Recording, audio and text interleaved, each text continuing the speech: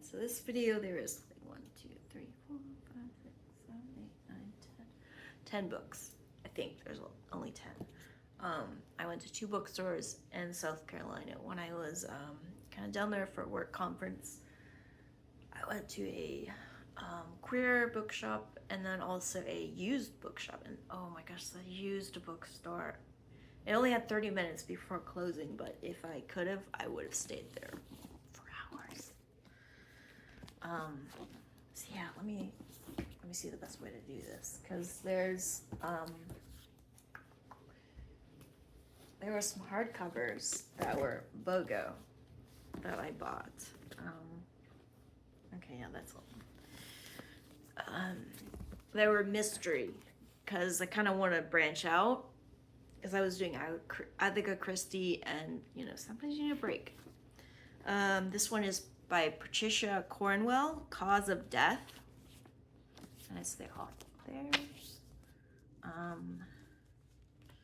Through 6 harrowing, expertly crafted crime novels, Patricia Cornwell has earned an international following of passionate readers who are addicted to her singular blend of spellbinding storytelling, absorbing forensic detail, and characters who grow more complex and interesting with each book. Now Cornwell submerges Dr. Kay Scarpella in a labyrinthine case that wraps a web of danger around those closest to her and threatens to wreak fear and death far beyond the confines of Virginia. New Year's Eve, in the final murder scene of Virginia's bloodiest year since the Civil War, takes Scarpella 30 feet below the Elizabeth River's icy surface. A scuba diver, Ted Eddings, is dead, an investigative reporter who was a favorite at the medical examiner's office. Was Eddings probing the frigid depths of the inactive shipyard for a story, or simply diving for sunken trinkets? And why did Scarpella receive a phone call from someone reporting the death before the police were notified? With the advent of a second murder, this one hitting even closer to home, the case envelopes Scarpetta, her niece Lucy, and police Captain Pete Mariano in a world where both cutting-edge technology, old-fashioned detective work are critical offensive weapons. Together they follow the trail of death to a well of violence as dark and forbidding as the water that swirled over Ted Eddings. With Cause of Death, Patricia Cornwell brilliantly delivers the high-tension suspense that has secured her status as the best crime writer of our time. Okay, so yeah, I got her, and then I got another one of hers, At Risk. And for some reason, there's 2006 taped on here. I don't know why that is. And then here she is again. From America's #1 best-selling crime writer, an electrifying new thriller with a twist. Okay, I'm gonna skip the little thing that they do in the beginning. A Massachusetts state investigator is called home from Knoxville, Tennessee, where he is completing a course at the National Forensic Academy. His boss, the district attorney, an attractive but hard-charging woman, is planning to run for governor, and as a showcase, she's planning to use a new crime initiative called At Risk. Its motto, any crime, anytime. In particular, she's been looking for a way to employ some cutting-edge DNA technology, and she thinks she's found it in a 20-year-old murder in Tennessee. If her office solves the case, they'll end up looking pretty good, right? Her investigator is not so sure, not sure about anything to do with this woman, really. But before he can open his mouth, a shocking piece of violence intervenes. An act that shakes up not only their lives, but the lives of everyone around them as well. It is not a random event. Is it personal? Is it professional? Whatever it is, the implications are very, very bad indeed, and they are about to get worse. Sparks fly, traps spring, twist around. This is the master working at the top of her. Okay, that was slightly. Yeah, these 2 by her, and then these 2 by Mary Clark Higgins. There's 3 stories each in here, 3 novels each. Roughly 200 pages each, from what I've seen. So yeah, Mary Clark Higgins. While my pretties sleep While my pretty one sleeps, loves music, loves to dance, and all around the town. Okay. Plenty of people wanted to see glamorous, best-selling author Ethel Lambston dead. But who wanted it enough to slit her throat? Ethel's pretty boy nephew could profit from her death, as could the ex-husband, who's written alimony checks for years. Could it be a vengeful fashion designer who she humiliated in a mudslinging article? While the police fumble the investigation, a young woman is stalked for knowing too much about the life and the death of Ethel Lambston.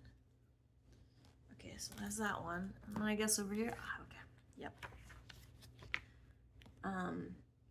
Erin Kelly, a lovely young jewelry designer on her way up, was not the type to look for romance through the personal ads. But who could resist experimenting? But her dance with danger turns into a terrifying nightmare when her corpse is discovered with one foot pushed into a high-heeled dancing shoe. Erin's best friend, Darcy, is desperate to assist in the investigation, not knowing that the deranged murderer has chosen her as his next partner. And then this one is all around the town.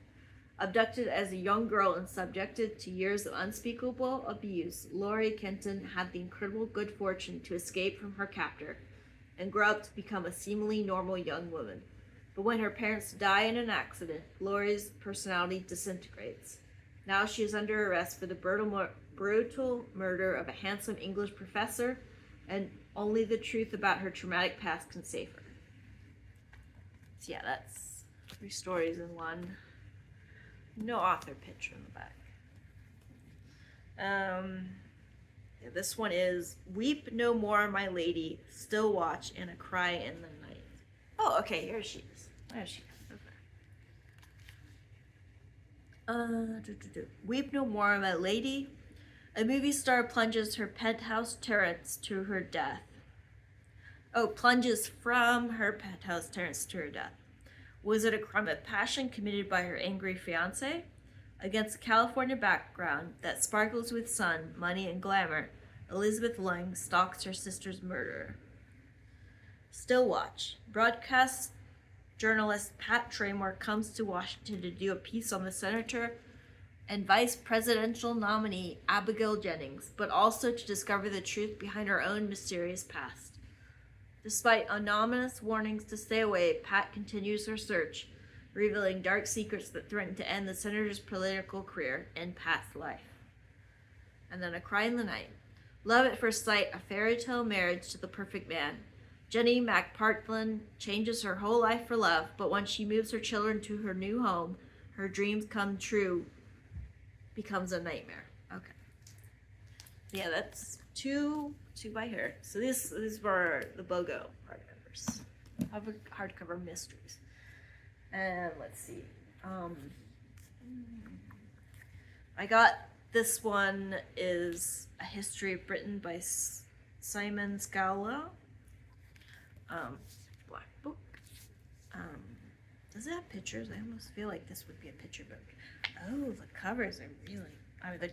Okay, there are pictures. They're confirmed pictures. That sounds really. I saw this and I was like, history. So yeah, that ended up coming home with me.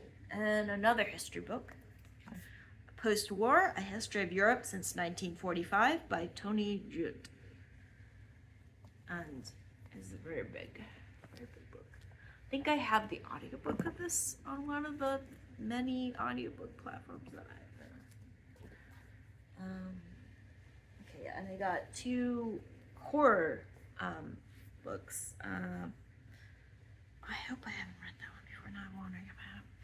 Dean Koontz, The Whispering Room, a Jane Hawk novel.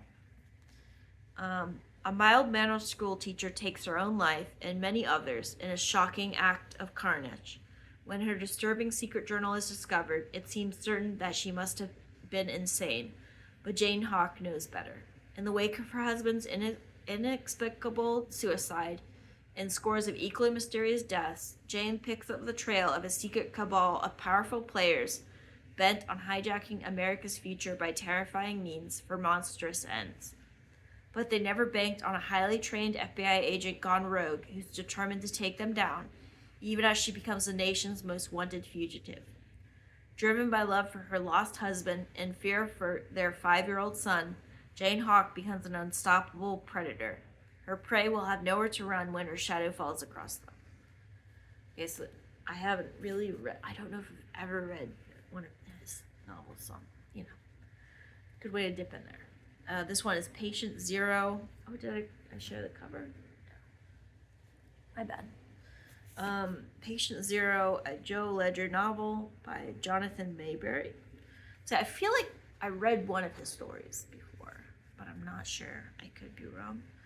Wait, let me check it here. What books has he read? Okay, nothing looks familiar. Maybe it's more a recent book. Oh, ooh, this looks interesting. Oh, and here's the cover. Wait, I already did that. Monday, 1300 hours, Joe Ledger kills terrorist Jahid Mustafa, aka Patient Zero, with 2 point-blank shots from his clock .45. Wednesday, 800 hours, Patient Zero rises from the dead. When you have to kill the same terrorist twice in 1 week, there's either something wrong with your world or something wrong with your skills. And there's nothing wrong with Joe Ledger's skills. Ledger, a Baltimore detective assigned to a counterterrorism task force, is recruited by the government to lead a new ultra-secret rapid response group called the Department of Military Sciences, DMS, to help stop a group of terrorists from releasing a dreadful bioweapon that can turn ordinary people into zombies. Yeah, I like zombies. Okay, this one I guess also one of the Mary Higgins. I've gotten into that story. This one I'm halfway through. How to Protect Bookstores and Why. The Present and Future of Book Selling by Danny Kane. He was also the author of How to Resist Amazon and Why, which I read. Can bookstores save the world? As bastions of culture, anchors of local retail districts, community gathering places, and sources of new ideas, inspiration, and delight, maybe they can, but only if we protect them in the critical roles they fill in our communities. Okay, Makes a compelling case for the power of small local businesses in this thoughtful examination of the dynamic world of bookstores. By analyzing case studies of 12 of the most interesting and innovative bookstores of today, Kane offers actionable strategies to promote a sustainable future for bookselling, including policy suggestions, ideas for community-based action, and tips on what consumers can do to help. So yeah, this is a good read. And then this other one that I'm really excited to read is The Bookshop, A History of the American Bookstore by Even Friss. I had never seen this before, but I saw it at the Queer Bookstore, and I was like, yeah, I need to take this home with me. Ooh, oh, that's interesting. Little bookmark. Yeah, it's the Queer Haven Books. That's the information. An affectionate and engaging history of the American bookstore and its central place in cultural life, from department stores to indies, from highbrow dealer trading and first editions to sidewalk vendors, and from chains to special interest community destinations. Bookstores have always been unlike any other kind of store, shaping readers and writers, influencing our tastes, thoughts, and policies. They nurture local communities while creating new ones of their own. Bookshops are powerful spaces, but they are also endangered ones. In the bookshop, we see the stakes, what has been and what might be lost. Even Frist's History of the Bookshop draws on oral histories, archival collections, municipal records, diaries, letters, and interviews with leading booksellers to offer a fascinating look at this institution beloved by many. The story begins with Benjamin Franklin's first bookstore in Philadelphia and takes us to a reign of booksellers, including the Strand, Chicago's Marshall Field and Company, the Gotham Bookmart, specialty stores like the Oscar Wilde Memorial Bookshop, and Drum & Spears, sidewalk sellers of used books, Barnes & Nobles, Amazon Books, and Press. I'm not going to try that. Whew. Bookshop is also a history of leading figures in American bookselling, often impassioned eccentrics, and a history of how books have been marketed and sold over the course of more than 2 centuries, including, for example, a 3,000-pound elephant who signed books at Marshalsfield in 1940. Okay, that's weird. Okay, that's different. Yes. So those are all the books that I got. So like two about